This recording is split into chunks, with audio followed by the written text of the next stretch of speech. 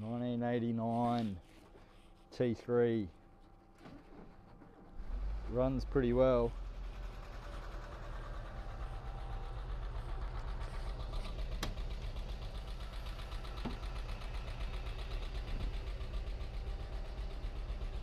Does have a slight combustion leak and may overheat after about half an hour, but it's running pretty well.